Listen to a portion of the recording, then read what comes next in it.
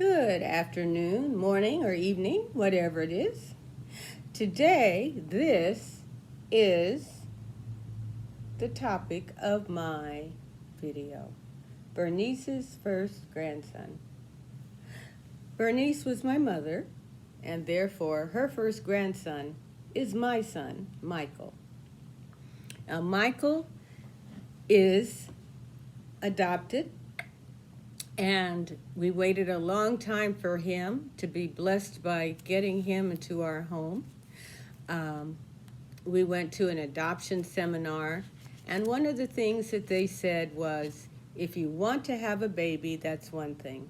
If you want to be a parent, that's another. And I definitely wanted to be the parent of a baby boy. And so that's what we got.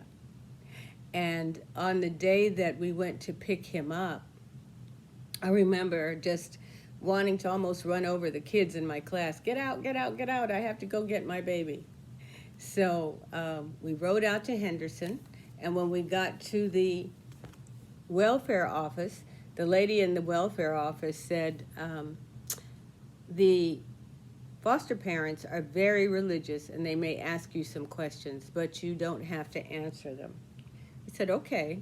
So we went out, and Jennifer told the foster mother the first thing we bought was something for Michael to wear to church. She said, well, praise the Lord.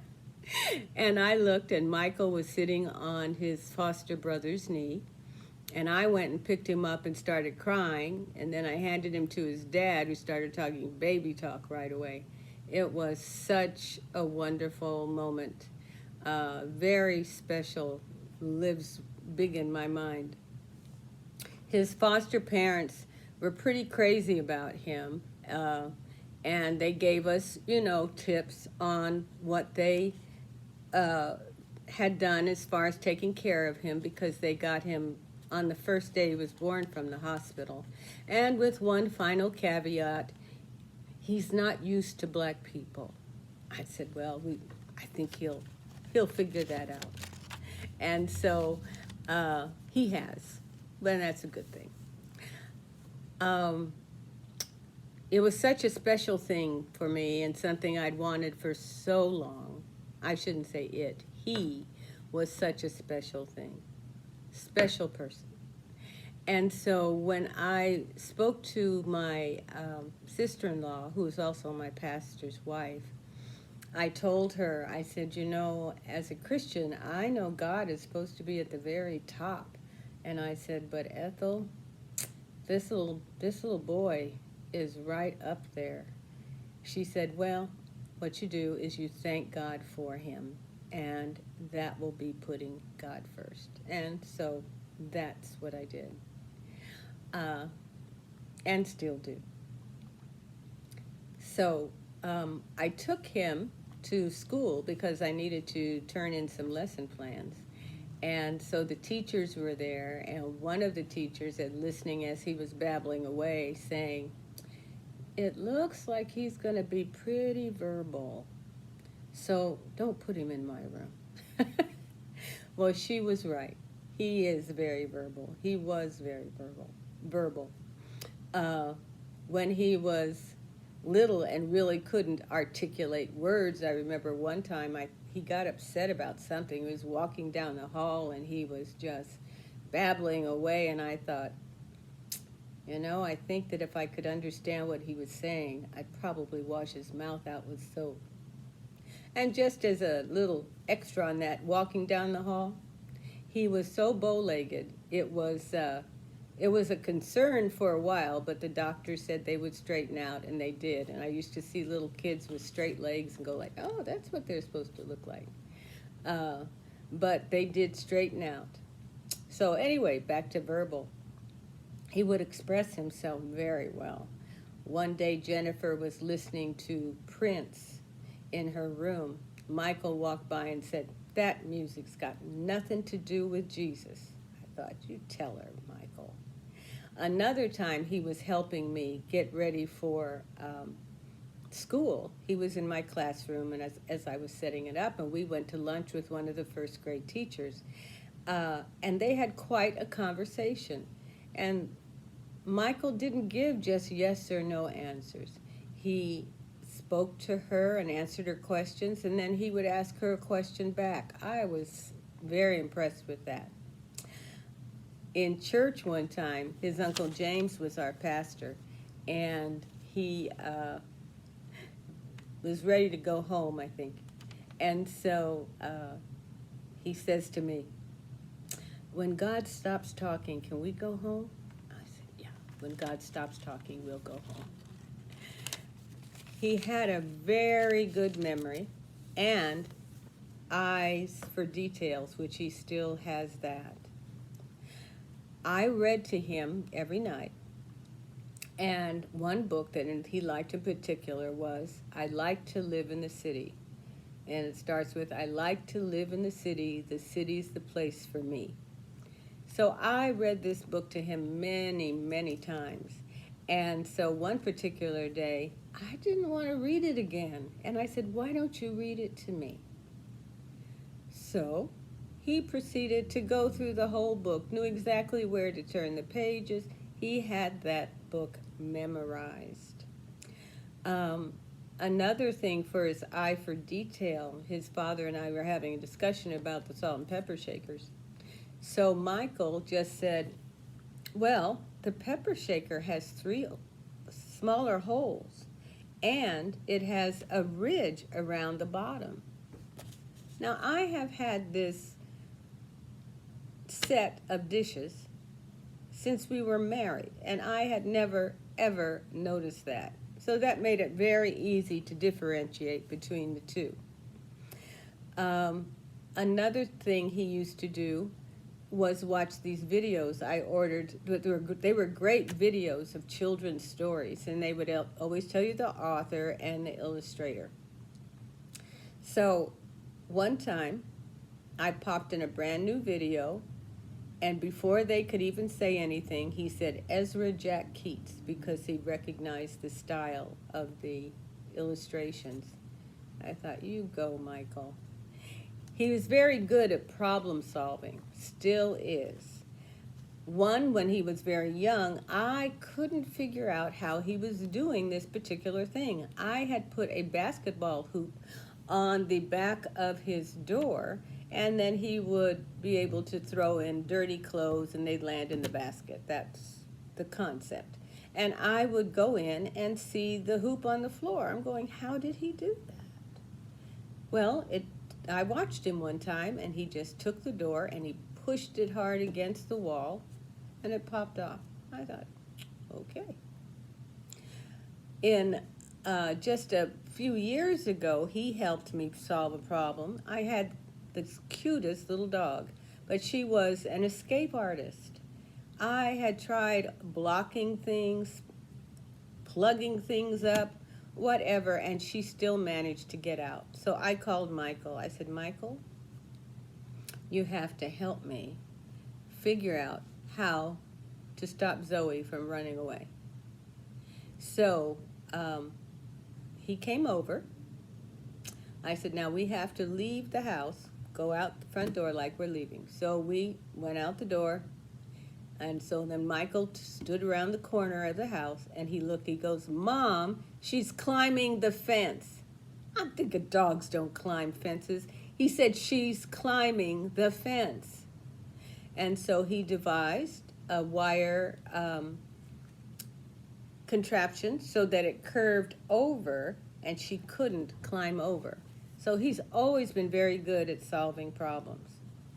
He also likes to help.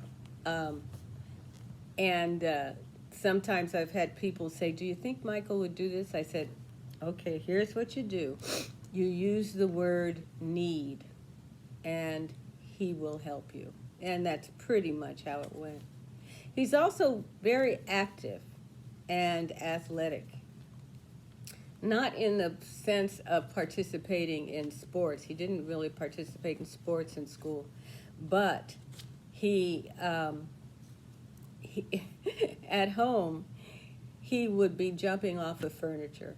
And I thought, we should probably get him into gymnastics so that if he jumps or falls, at least he knows what he's supposed to do. So we went and he started gymnastics and he really enjoyed it.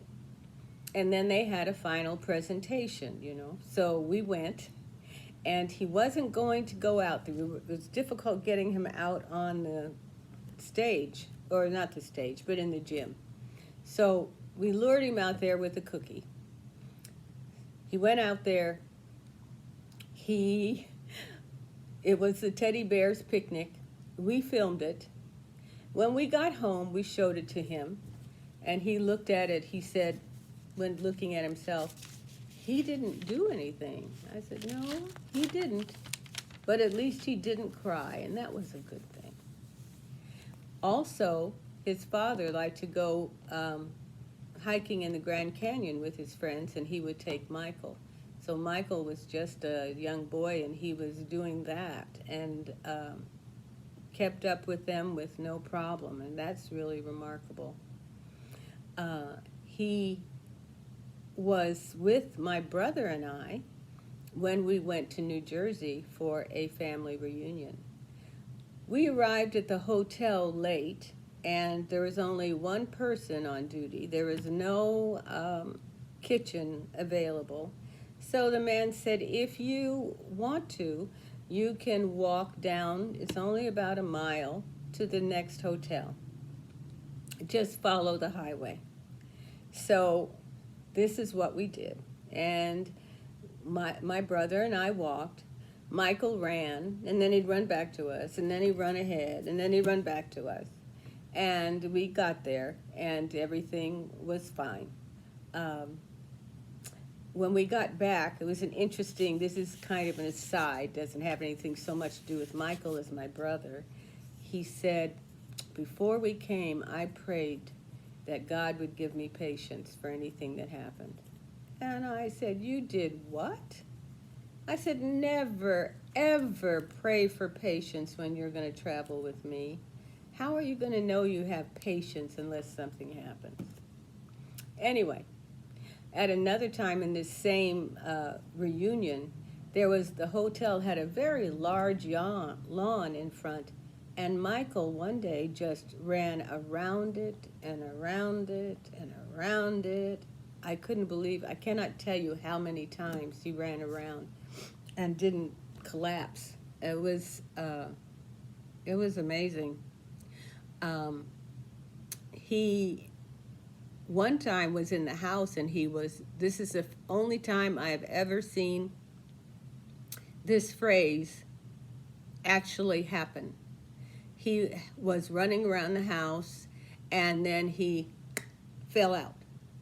Just fell down, asleep. I went over just to be sure, and yes, he was asleep. He was standing up, and then he was down. I was like, okay, you just wore yourself out.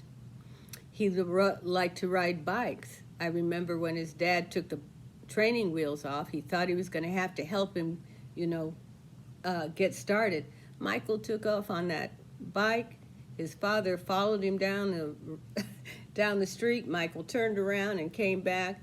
The only problem he had was stopping. I think he ran into a tent trailer. But as far as managing the bike, he did a great job.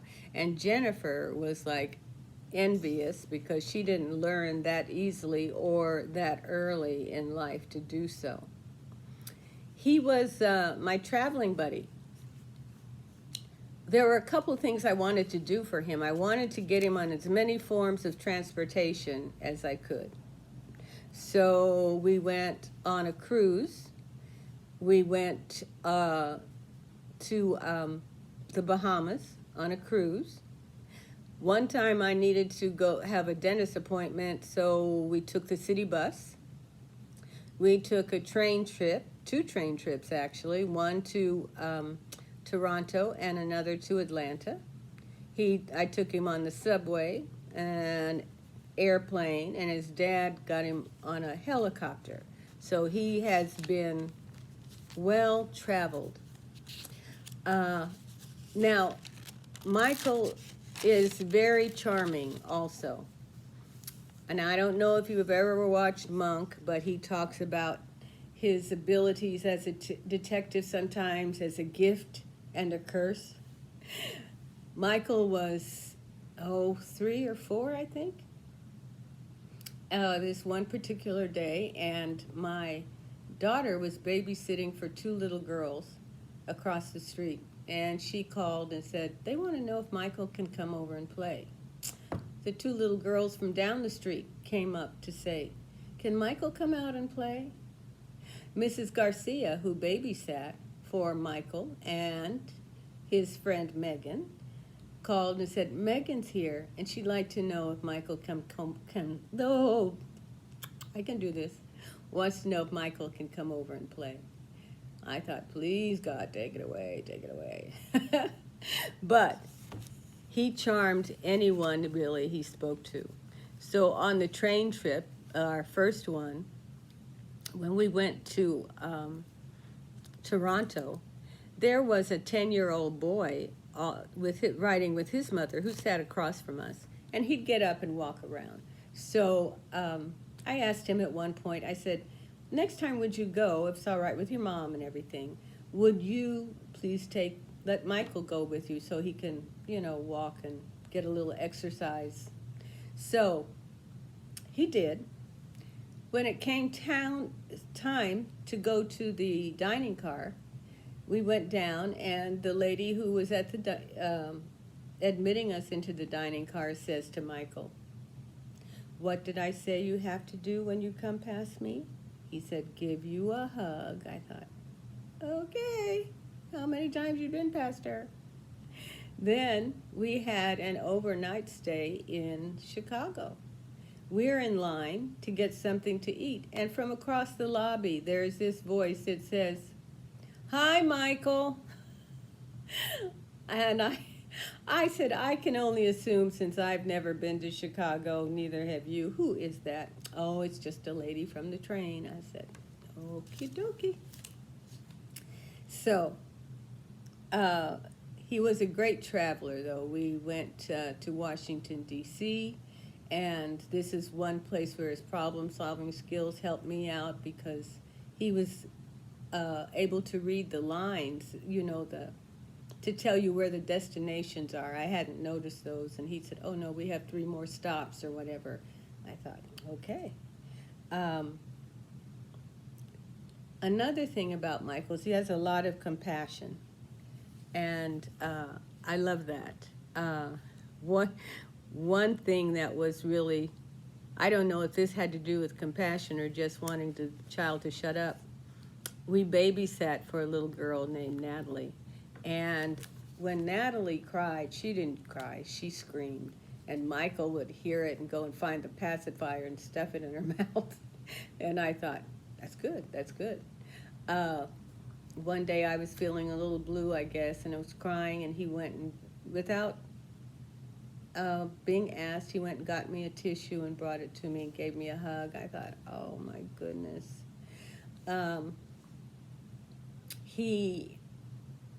After his dad and I separated, there was a Thanksgiving, and he stayed with me, and I said, well, weren't you invited? He said, yes, but I didn't want you to be alone. And I thought, oh, thank you so much. And we had a really nice day. I think not a big turkey fan, but we had Cornish game hen and went to the movies. He's, as I said, willing to help. One of my young friends asked, would Michael help with the Christmas play for being a stagehand? I told her, I said, just use the word need and he'll be right there. And he was. Another thing that he used to do, which I loved, I used to give parties for people at church. And after they left, I was tired. I didn't want to do anything. And Michael, who'd been out, would come home and he'd say, well, let's clean this up. I'm going like, I'm tired. And he would go ahead and do it. And I loved that. That was wonderful. He also was very confident in himself. He used to do sewing projects. Like for Scouts, he sewed some vests. Um, we were making some things at church, and he was sewing, and the other kids were there. I said, it doesn't bother you? You know, I was thinking maybe they might tease him or something. He said, no. And we made some tablecloths for the church, which he said, I'll do it if I can use the serger. So he was always very helpful in that way. When Jennifer had Morgan, a CPR class was offered. And so I signed Michael up for it. Oh, he gave me all kinds of reasons why he didn't really need to go or want to go. One had to do with, I'm not a morning person. And he says, you have to get up so early because we would have to drive to Henderson. I said, it's okay. If I'm willing to do it, it'll be okay. And so I may be the only boy in class. I said, that doesn't matter. Well, Jennifer will never let me take care of Morgan. I said, maybe not. But if we're over there and something happens to Morgan, then you will know what to do. So he took the CPR class, and then we had the final presentation. Now, on this presentation, he had to get up and demonstrate CPR on the doll. He got up. The doll was not turned in the correct position for him, so he turned the doll around and knocked its head on the table and then performed the CPR. And the instructor said, well, if the baby survived the concussion, the CPR was done correctly. So that was a really good thing. He is now married. His priorities are right with his family. He loves his family. The love he shows for his wife, Gina, is just, it's inspiring. It really is. Their affection for each other. And it just makes me very proud. He's available to help me whenever I need it, and I love that. I don't like ladders. I'll call him sometimes and say, I'm about to go up on a ladder. Call me in 10 minutes if you don't hear from me. So depends on what it is. Sometimes he'll say, Mom, just leave it, I'll come do it. Or he'll say, I'll just stay on the phone and then until you get down. I said, okay.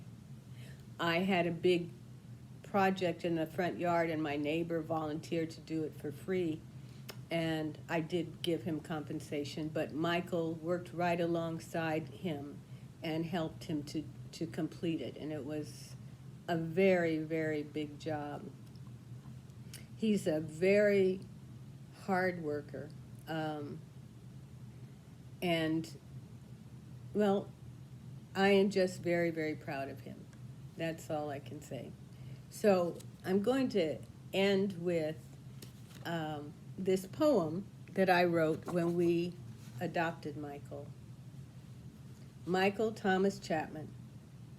Though no blood flows from his veins to ours, we're bound together by other powers. The power of God who gave him to us, the power of law which joined him to us. Though no real relation we may be, our bond is stronger than blood can be. Our bond is love. God's gift, February 20th, 1985. Law's sanction, August 23rd, 1985. And if you know Michael, you know how special he is, and I still thank God for him. So, have a blessed rest of your day. Bye-bye.